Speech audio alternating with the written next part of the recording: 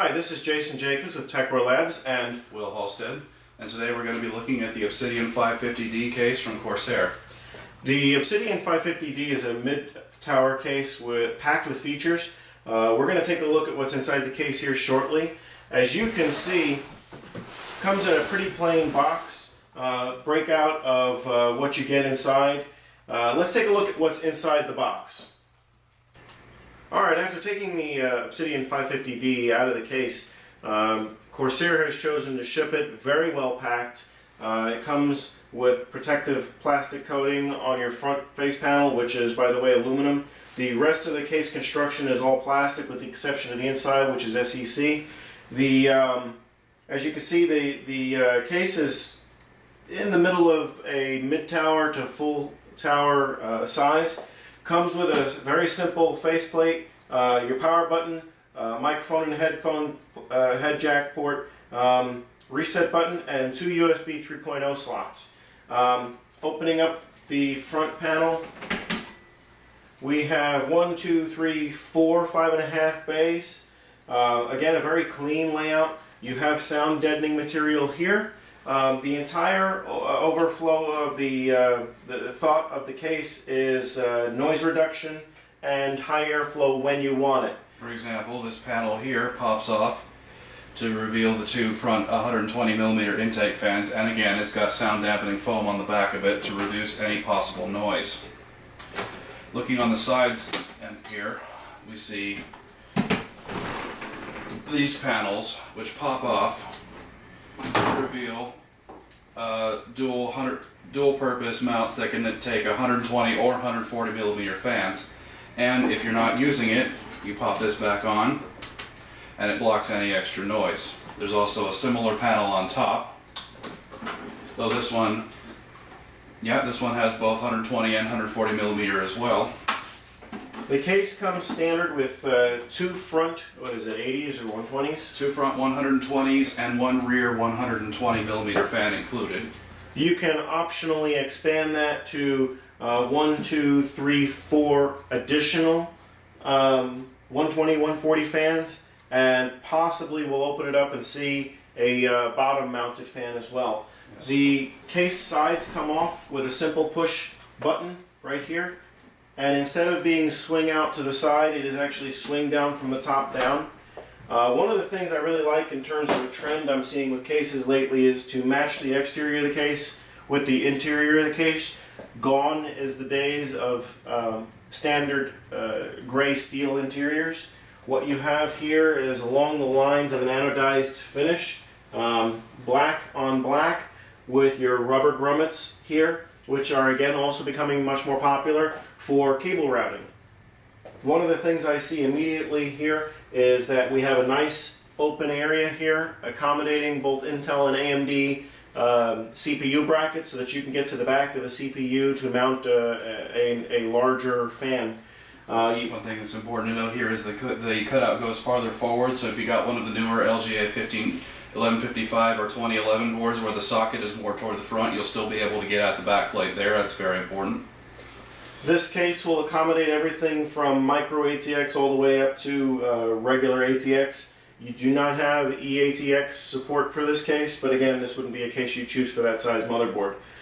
You have a bottom mounted PSU, and as I thought, you have room for an additional 120 or 140. These are all the fan mounts in this case come with a filter on the bottom of the fan, so that you're not sucking all that dust into the case. Yes, unlike more upscale ones, the fan filters aren't removable, but you can just dust them off with a bit of compressed air. On the back here, if you're into water cooling, there's space in here up top for a dual 120 or 140mm radiator, as well as an intake down here on the bottom, and 4 grommeted ports on the back if you're using an external water cooling solution. What you have here for the 5.5 and 3.5 bays is a completely toolless solution. Your 5.5 bays are push button removal, and your 5.5 or 3.5 bay hard drives are all flex containers that can be easily put in and just slid back into place. It's worth noting that these bits right here on the bottom will also accommodate 2.5-inch drives, which is the most popular form factor for SSDs. So you don't have to hunt around on a kit for an adapter. Yeah, or what a lot of people do is just leave it dangling by the cables, which is kind of unsightly and potentially damaging to the drive. You also have what Corsair's included as your toolkit. Let's take a look inside the toolkit and see what Corsair's chosen to include. Here's the toolkit which Corsair has included in one of the 3.5-inch hard drive bays. Will's going to talk about what we have inside. Alright. So like we have some zip ties and stick downs for cable management, which is always nice. Goes well with the grommeted holes back here in the motherboard tray, so that you can route all your cables back there where they're out of sight and out of the way of airflow. Some case screws, black like the rest of the case. Curious adapter, looks like it's adapting a USB 3.0 header to a USB 2.0 header. I guess that's useful if you're running out of ports. Or optionally if your since the front ports are USB 3, if your motherboard doesn't support those USB 2 headers, you can use this to change it over to make them USB 2.0 ports. So they've really thought ahead for somebody who's perhaps using this for an older style motherboard and they just want to upgrade the case. Exactly. Got some spacers here, I guess, I'm not sure.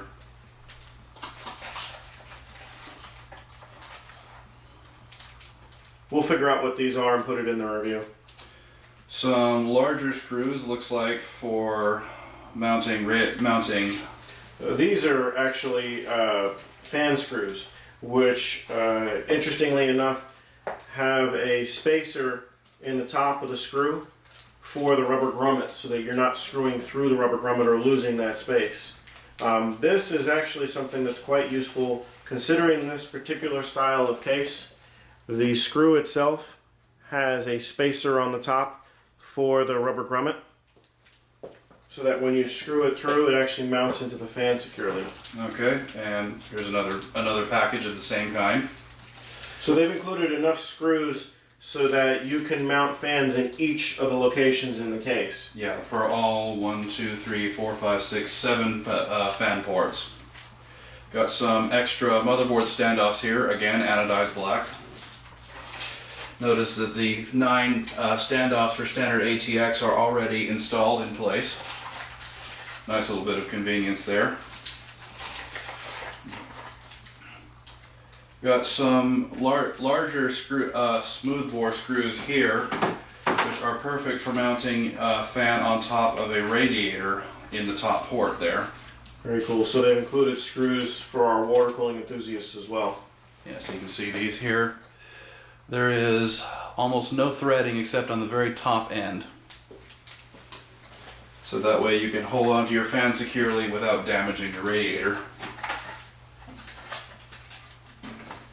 And some standard dome head screws for putting your drives in place in case the toolless system doesn't work with your particular drive or you just don't want to use it. Let's take a look at the other side and see how much room Corsair's allowed for cable routing. Okay. This is not bad at all, but I'd actually like to see a little bit more room. They have loops here built in for zip ties. You have approximately 1/2 inch to 3/4 of an inch space in your cable routing area here. You do have an outlet here that goes to the board so that you can route your cables that would traditionally be on the bottom of the motherboard up and around and through to your drives or what have you. Each of the open outlets here is grommeted for a total of 4 areas. Would have liked to have seen this rubber grommeted as well. You do have an opening here for some of those cable ports that are on the top of the tray that are often kind of hard to get to. But I don't see much room allowance here on the back plane of the motherboard for those cables that don't quite reach long enough to go around and through. So if you have a power supply that doesn't have super long cables, you might want to look into getting extenders. Extenders, exactly. Also note here these two thumb screws, which actually secure the two 3.5-inch drive bays in place. So if you're not using one of them, you can pull it out of the way and keep it from obstructing airflow to the rest of your case. It also helps with cable routing and basically a clean appearance inside.